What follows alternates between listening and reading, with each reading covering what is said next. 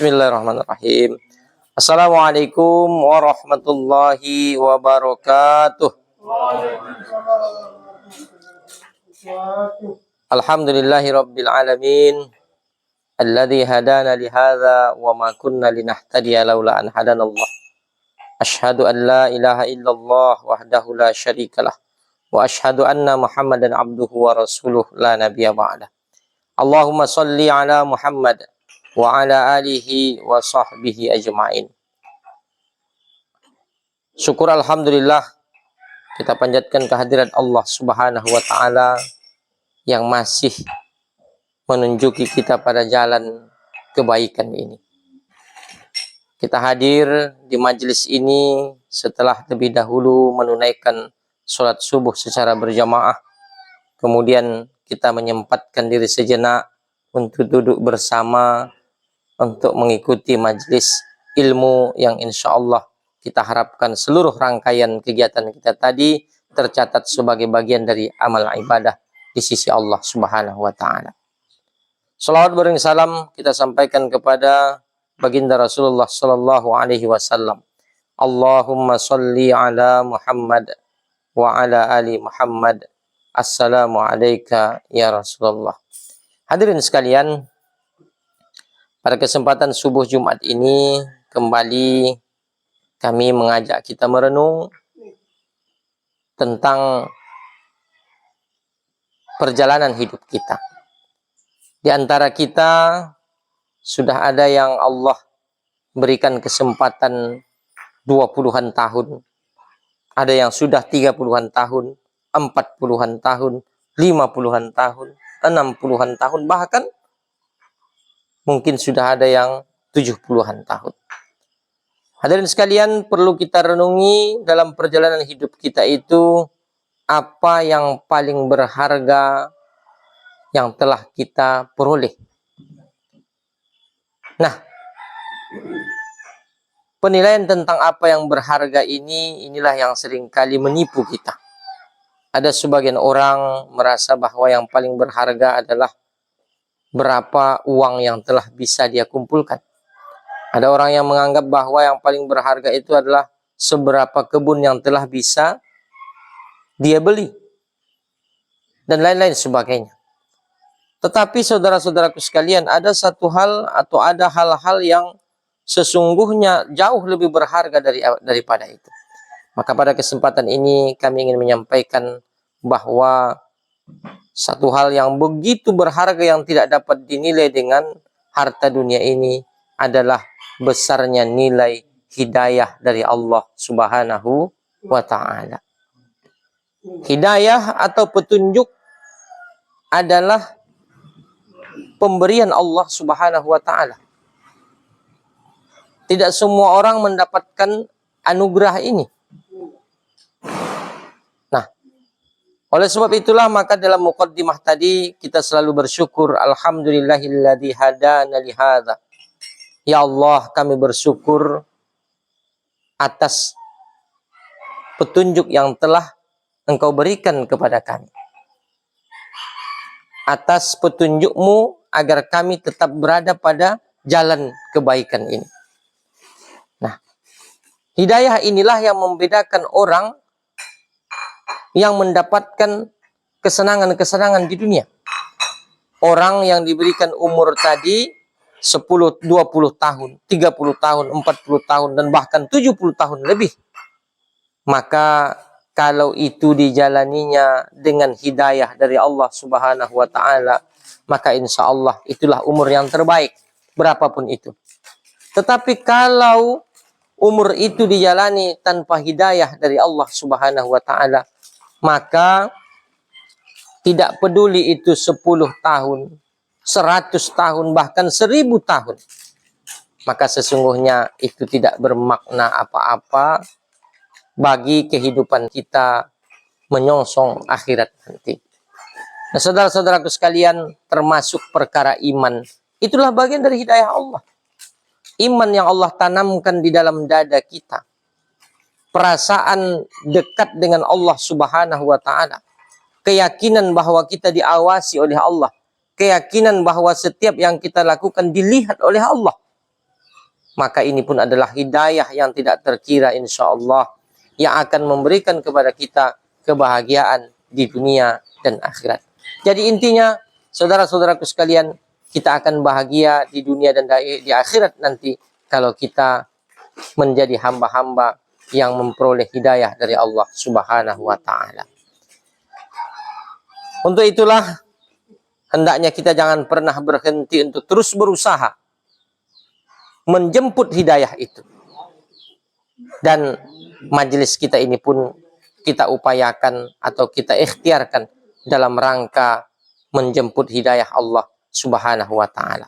Untuk itulah kita ingin mendengarkan kuliah penyempurna dari kegiatan atau majelis kita pada pagi hari ini yang akan disampaikan oleh Imam Masjid Istiqomah. Kepada Imam Masjid Istiqomah atau yang mewakili, kami persilahkan. Assalamualaikum warahmatullahi wabarakatuh.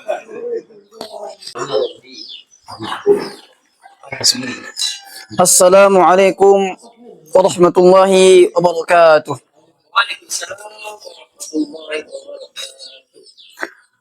Alhamdulillahilladzi ahyana ba'da ma amatana wa ilaihin nusyur. Ashhadu an la ilaha illallah wahdahu la syarika lah. Wa nashhadu anna Muhammadan abduhu wa rasuluh la nabiyya ba'dah wa la rasula ba'dah. Allahumma salli wa sallim wa barik ala sayyidina Muhammadin wa ala alihi wa ashabihi wa man tabi'ahum bi ihsan ila yaumiddin, amma ba'du. Wa qala Allah ta'ala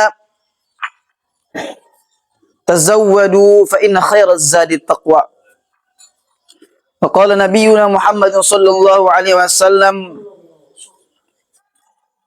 man ahya sunnati faqad ahabbani wa man ahabbani kana ma'iya fil jannah. Wa qala aydan kullu ummati yadkhuluna jannah illa man aba. Qila man ya'ba ya Rasulullah? Man ata'ani dakhala jannah wa man asani faqad aba.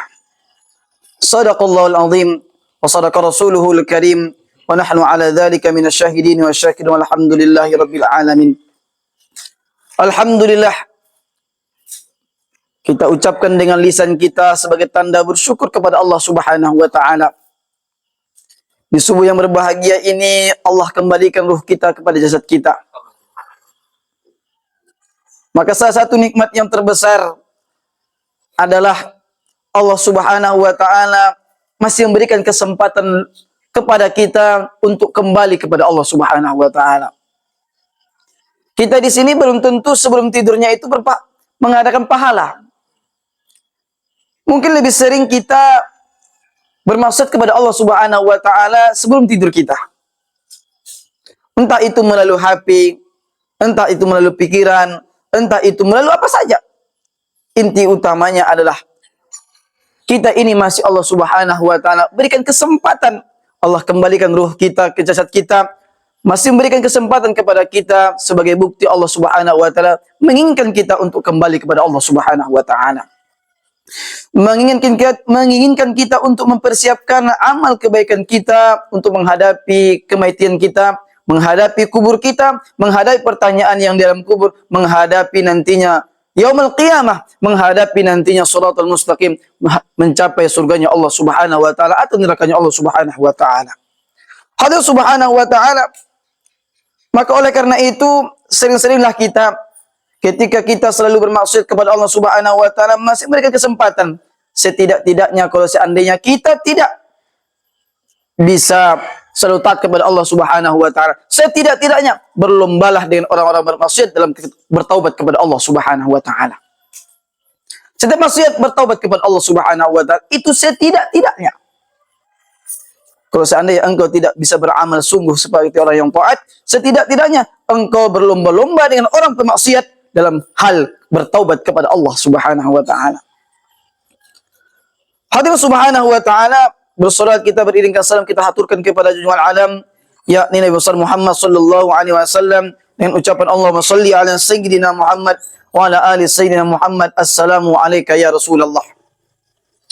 Di momen subuh yang berbahagia ini di Masjid Istiqomah yang kita cintai ini, semoga kita juga menjadi tafaulan dari gelar nama masjid kita istiqomah, mudah-mudahan kita pun diistiqomahkan oleh Allah Subhanahu wa taala di dalam ketaatan kepada Allah Subhanahu wa taala.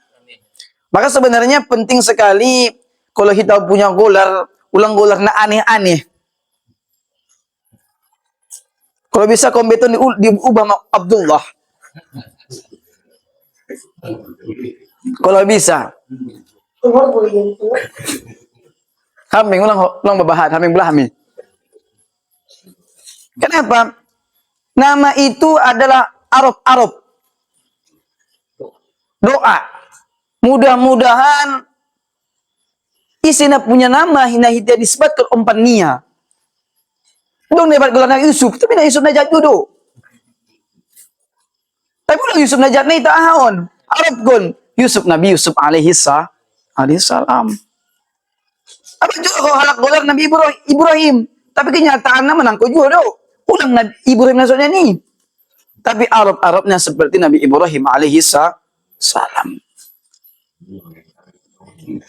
Allah Subhanahu wa taala pun hanya sebagai pembukaan hajat. Makanya nama yang paling banyak di muka bumi ini adalah nama Muhammad atau Ahmad. Nama yang paling banyak di muka bumi ini adalah nama Ahmad atau Muhammad. Di jurnalnya pasti Muhammad. Bahkan dong seorang ulama gelarnya Muhammad bin Muhammad.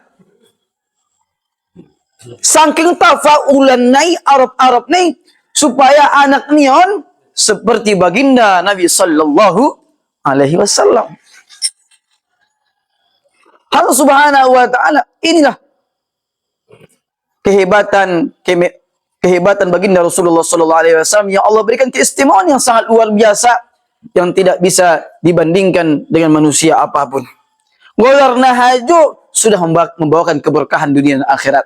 Bahkan dong satu pahala, satu amalan yang amalan itu tidak akan pernah ditolak oleh Allah Subhanahu wa taala. Walaupun dia tujuannya adalah mencari muko. Kalau biasanya kan mencari muko kan riya. Walaupun tujuannya mencari muko. Apa itu? Salawat kepada baginda Nabi sallallahu alaihi wasallam. Walaupun tak ikhlas niat, tetap Allah beri pahala. Walaupun tujuan aneh-aneh, tetap Allah beri pahala. Karena kenapa? Itu amalan itu untuk baginda Nabi sallallahu alaihi wasallam. Sedangkan amalan lain salat, sedekah, zakat, haji itu untuk Allah. Maka perlu ikhlas semata-mata karena Allah. Sedangkan bersalawat kepada Nabi sallallahu alaihi wasallam itu tidak perlu ikhlas. Kau bersalawat aja, udah Allah Subhanahu wa taala berikan ganjaran yang sangat besar kepadamu. Kenapa? Saking cintanya Allah Subhanahu wa taala, saking hebatnya derajat Nabi sallallahu alaihi wasallam di sisi Allah Subhanahu wa taala. Bahkan Nabi Adam alaihissalam berwasilah supaya bisa Allah Subhanahu wa taala ampuni beliau, berwasilah dengan gelar Nabi Muhammad sallallahu alaihi wasallam. Di pintu surgai dong si nama baginda kita Nabi Muhammad sallallahu alaihi wasallam. Allah wa Muhammad asyhadu an la ilaha illallah wa asyhadu anna Muhammadar Rasulullah. Saking mulianya Nabi kita Muhammad sallallahu alaihi wasallam. Oleh karena itu di momen yang berbahagia ini, khususnya pada hari Jumat ini, kita disantakkan, dianjurkan untuk selalu berselawat kepada Nabi sallallahu alaihi wasallam dengan memperbanyak mengingat kebaikan-kebaikan beliau sehingga kita ada jazbah untuk menghidupkan sunnah-sunnah beliau. Allah Subhanahu wa taala ini hanya sebagai pembuka saja. Adapun judul kultum kita subuh yang berbahagia ini adalah pentingnya niat. Pentingnya niat. Allah Subhanahu wa taala dalam suatu kitab, niat itu adalah qasad, suatu tujuan. Jadi kalau seandainya contohnya kita dong keinginan tu sunbo, itu namanya niat. Tetapi kalau dalam hukum fikih, niat itu adalah suatu tujuan keinginan yang kuat yang dibarengkan dengan keinginan tersebut. Yang dibarengkan dengan dilafazkan atau diucapkan maksud tersebut ketika berbarengan dengan pekerjaan yang diinginkan. Itu disebut dengan niat dalam hukum fikih. Allah Subhanahu wa taala, niat ini penting. Dalam suatu kaidah fikih dikatakan khairul umur bimaqasidiha. Segala urusan atau perkara-perkara itu tergantung dengan Iya. niat nak. On bokol hita hundul lisan tujuannya coba. Entah betul niatan adalah hati-hati. Jadi kita butuh entah niatnya mencari muko, entah niatnya mencari dongan, entah niatnya laku jagal niat non, sebab dongannya laku jagal niat jadi kena malu-malu nak berjagal kan. Mana kalau jagal anda? Gimana?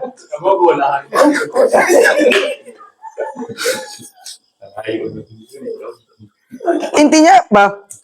Niat itu penting. Dengan niat amalan kebaikan bisa menjadi keburukan, dianggap dosa. Dengan niat yang menjadi amal yang mubah, dianggap dengan dianggap pahala. Mubah aslinya, mangan minuman mubah. Perintah memang dong perintah, cuma hukumnya mubah. Tapi kalau kita niat kon, kalau mangan subuh-subuh non, semangat non sembahyang non sembahyang salat fajar contohnya. Sembahyang salat sunnah tahajud non semangat tahu. Atau setelah on botong kini dua semangat tahu kalau ngapi dong mangan di kunjung halong rumah lah gitu giling haju. Kalau seandainya ia niatkan amalan-amalan mubah, perbuatan-perbuatan mubah untuk meningkatkan jazbah beramal kepada Allah Subhanahu wa taala, maka seteguk minum yang kau minum itu adalah ganjaran pahala dari Allah Subhanahu wa taala. Tetapi kalau hanya umpan memperkuat badan hajo, subisa karejo, subisa onbol atau boltokon butong, maka derajatmu seperti apa yang kau keluarkan dari perutmu. Makanya sebenarnya orang yang terlalu cinta dunia, dia kejar dunia ya kerjanya. Sotik-sotik apa yang dia kerjakan tujuannya pada dunia. Kenapa diaksun ibu? Maka sebenarnya kata para ulama, dia tidak lebih hina dari apa yang ia keluarkan daripada perutnya. Kalau tujuannya umpan boltok, tu boltok. Banyak butong. Kombang boltoki. Allah Subhanahu wa taala. Inilah pentingnya niat. Maka salah satu pembeda antara salat zuhur dan asar adalah niat. Beda dentong. Kayak salat zuhur waktunya beda. Contohnya kalau qadha sunjia. Kalau qadha kan nyamar aturan waktu. Zuhurnya sembayangnya akhirnya kan di karejon di sembayang asar. Apa pembedanya kan sama-sama 4 rakaat do. Sunnah, duha, hajat, taubat, sama-sama 2 rakaat. Apa pembedanya? Niat. Dengan niat tersebutlah akan mencetuskan pahala yang lebih besar. Contoh. Kalau seandainya kita contohnya sumbayang niatnya itu sebenarnya mun bagasun termasuk niatnya sumbayang duha. Cuman ketika takbiratul ihram nya tersebutkan duha nai. Nya tersebutkan duha nai, hanya tersebutkan usolli hajo nya sumbayang hajo. Padahal lagi mun bagas tujuan tuh masjid sumbayang duha. Tetapi ketika takbiratul ihram hanya tersebutkan sumbayang hajo, usolli hajo. Allahu akbar, artinya usolli hajo, nya sumbayang. Nah, penyebutan duha ini disebutkan niat. Apa hukumnya? Maka hukum sembahyang ini bukan sembahyang duha, tetapi sembahyang sunnah mutlak. Maka pahalanya pahala sembahyang mutlak jadi nah. Itu karena niat. Hadirin subhanahu wa ta'ala. Bagaimana pentingnya niat dalam kitab Arba'in Nawawi? Ada hadis yang pertama yang disusun oleh Imam Nawawi. Saking pentingnya niatun, bakal kata Imam Syafi'i, kata Imam Nawawi mengatakan bahwasanya niatun sepertiga agama. Karena kenapa? Tanpa niat, suatu amal yang godang akan terjerumus kepada kemaksiatan atau kemurkaan oleh Allah Subhanahu wa taala. Maka pentingnya niat untuk selalu menghadap Allah Subhanahu wa taala, untuk mencari keridhaan Allah Subhanahu wa taala. Maka di awal daripada hadis Imam Nawawi mengatakan innamal a'malu binniyat. Di pajoluyan hadis onbo. Karena penting kalau salah niat nak. Contohnya kan udah ada belajar mengajar LC, MA, dokter atau apa gular naroma. Nah, dokter doma tadinya. Dokter. Di dalam agama bilang juga di sini bo, pelajaran agama sampai dokter. Master na ngincat nak. Onbo, maka yang di awal onbo, beliau mengatakan, mengeluarkan hadis pembukaan innamal a'malu binniyat. Sesungguhnya amal-amal itu tergantung nih niat. Supaya apa? Supaya tujuan lobo ketika belajar manjamu tu hadis paduaon, manjamu tu bebas toluon, manjamu tu hadis berikut atau pelajaran berikutnya, supaya hati-hati on selalu tertuju menghadap Allah Subhanahu wa taala. Supaya niatnya ulang sumulak nonon bisa karejo. Sumulak nonon bisa dihormati alak. Sumulak non bisa dimuliakan kalak.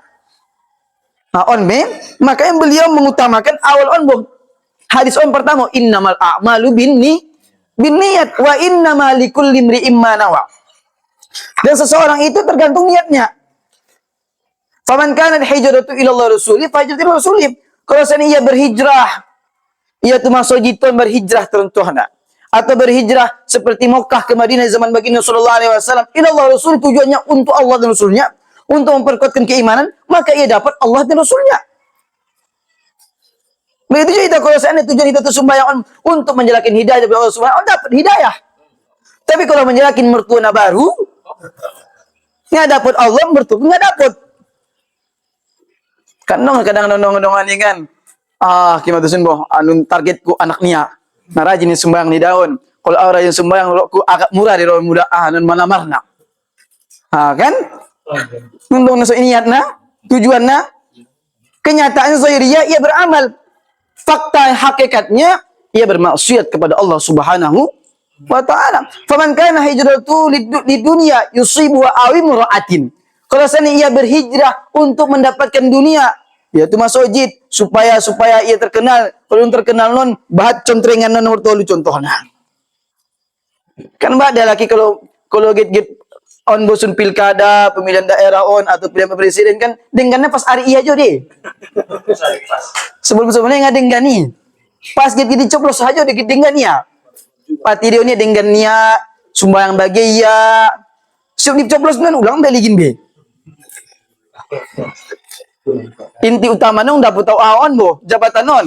Terserah ada mai. Aku saya menari prinsip alak dalam itu.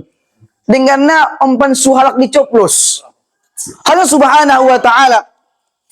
Kalau seandainya tujuannya dunia, maka ia bisa mendapatkan dunia sesuai takdir Allah Subhanahu wa taala.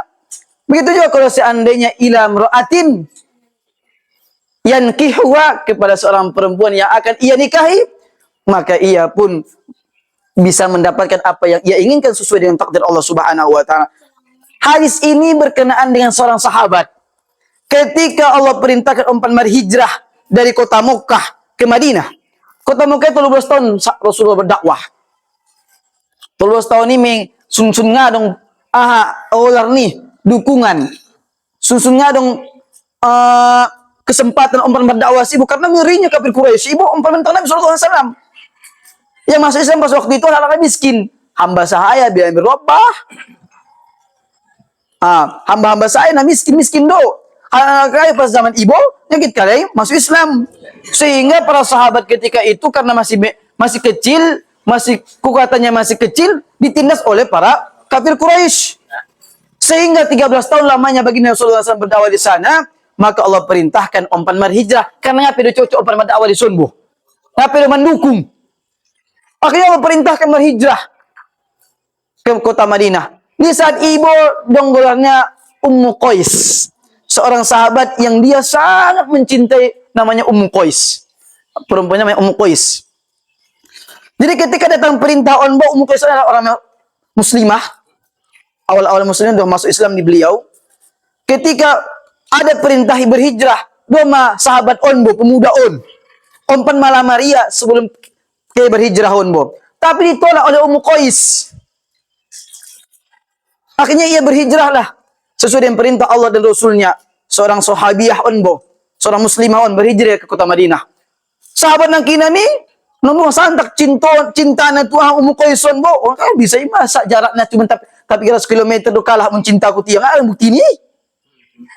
Sedangkan lagu-lagu ya ajo lautan ku aku seberangi gunung-gunung ku daki apalagi cara sudido. Akhirnya pun kaya berhijrah ke kota Madinah. Seorang sahabat, seorang pemuda. Sampai di sana barulah tersiar kabar bahwa Ummu Qais, bahasanya sahabat Ummu Qaisun adalah dia tujuannya berhijrah, umpan melamar seorang perempuan yang sangat ia cintai. Memang kenyataannya Allah berikan sahabiah tadi, muslimat tadi kepadanya. Tetapi hal yang subhanahu wa ta'ala, niat nangkina ni, padahal kalau seandainya ia niatkan semata-mata karena Allah subhanahu wa ta'ala, ia dapat Allah, ia dapat Rasulnya, ia dapat istri yang ia cintai. Salah nih? Salah niat. Kalau niat cuma sadar aja, wah hanya dapat nak. Tapi kalau niatkan kau, sumbayang itu masuk karena Allah, mertua dapat, anak naik dapat, korbannya bisa dapat. Sudahnya dah dapat. Tapi kalau saya tujuannya sebaliknya, nggak dapat sudahnya. Maka sudahnya amal pe Allah subhanahu wa ta'ala murkai. Allah pasti masuk neraka karena tujuan yang kina ni mempermainkan agama. So, contohnya tak, dong kalak dengan tiba contohnya, dengan tiba. Tapi sebenarnya hati-hati ni ya, dengannya tiba su bisa menangku di baksnon, dingin kan ndak son ibu. Bukan berarti apa punya menangku. Tujuannya tuh bagason dengan ya. Cuman lupanya ia melihat kondisi bagason, su bisa dimasuk. Nggak son ibu. Kan namanya tidak hati-hati ini kalau itu betul yaud. Begitu juga Allah subhanahu wa ta'ala. Kau sembahyang termasuk zahiriyah untuk Allah. Tapi dalam hati-hatimu bermaksiat kepada Allah. Bukan selain Allah subhanahu wa ta'ala. Hanya subhanahu wa ta'ala. Inilah pentingnya niat. Dalam suatu kitab dikatakan. Annahu yu'ta bil abdi yawmal qiyamah. Nanti pada hari kiamat akan didatangkan seorang hamba. Fayadfa'u lahu kitabun, diberikan kepadanya kitabnya, catatan amalnya. Fayakhudhuhu biyamini, ia ambil melalui tangan kanannya. Karena kalau tangan kiri bahaya dah, Bu. Apalagi membelakang. Bahaya on. Intinya selalu tangan kanan aja. Fayajidu fihi, kemudian ia temukan dalam amal kebaikan dalam kitab nion, catatan amal nion, hajjan, pahala haji. Wa jihadan, pahala berjihad.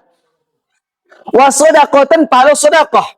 Ma fa'alaha, padahal nya ujung buat dia. Nya ujung laksana ni. Laksana ni ya. Fayaqul, ia berkata, ya Rabbi, wahai Tuhanku, laisa hadza kitabi, kan kitab kon. Kalau ligin-ligin dengan pikir-pikir kon, ku angan-angan, ku analisa, pas ngulu, nyuang haji. Mau nyumbang sedekah, kemiskin tahu, hak menyedekah yahu. Mau nyumbang zakat bagi, mau nyumbang jihad bagi. Maka kitab pun nggak salah roko ya Allah. Akan roko kitab pun salah di rokun, salah halak.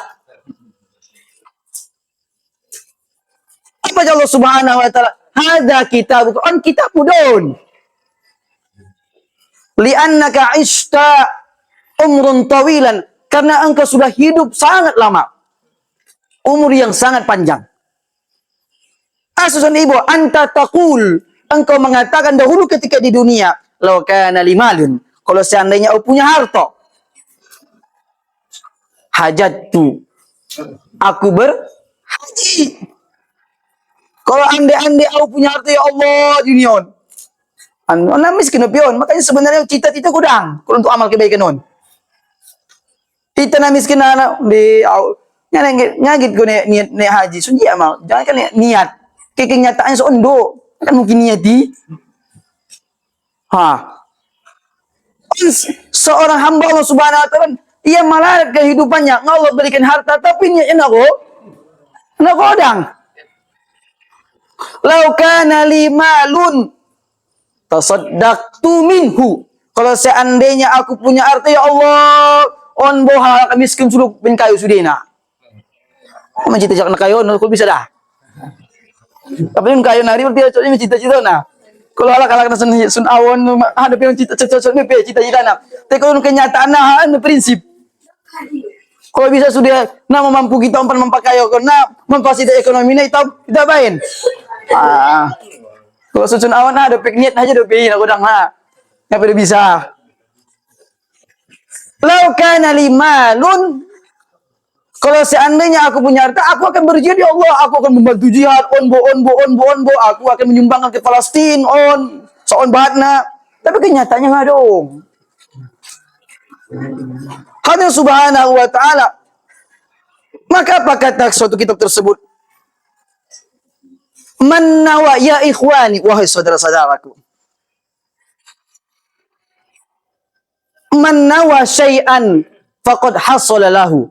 Siapa saja yang berniat sesuatu, maka setelah sampai kepada apa yang ia niatkan. Maka apa kata Allah Subhanahu wa taala kepada seorang hamba tadi untuk menjawab pertanyaannya? Li anna niyataka, karena sesungguhnya niatmu itu shadiqun, betul. Betul karena Allah.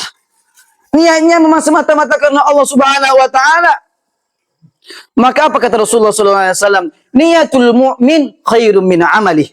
Niatnya seorang yang beriman itu lebih baik daripada amal yang tidak ada niatnya. Bahkan lebih baik daripada amal yang ada niatnya. Karena kenapa? Kalau beramal belum tentu lagi diterima oleh Allah Subhanahu wa ta'ala. Dia beramal sembahyang belum tentu diterima. Karena salah niat kadang-kadang atau bersedekah niatnya betul pertama. Tapi rupanya nah sedekah kau najat dia mengunjing aja ke dunia, mengunjing hibah aja nama beriun. Karena kan dia pantang lah. Penuh lehin, dengan uji ya. Ya seon tahu.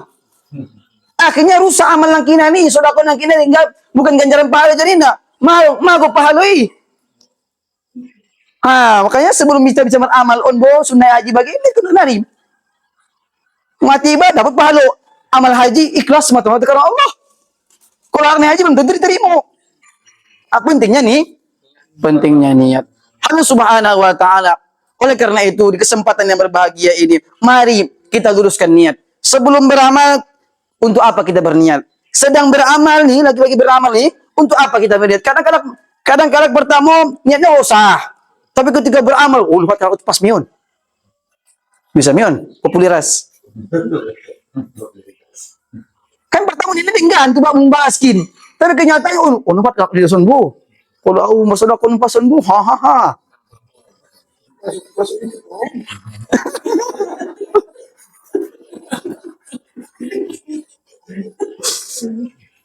Perbaikinya sebelum beramal, sedang beramal, dan setelah beramal. Dipertahankan niatkan sampai ulang disebut-sebut, walaupun dia hati-hati. Kita bahas hilang amal kita, karena setelah beramal, kita sebut dalam hati-hati haji dong. Dia ingin minta dia ingin miauli. Penyebutan ihajun dalam hati-hati menghapuskan amal. Nabi itu yang umar amal sodako isa ibu li. Yang apa yang amin hebat di antara haliun. Contohnya amin hebat kata wa mengatur antara umun. Amin sudah meroban, nah nggak meroban. Contoh kenyataannya nggak ada dong dan.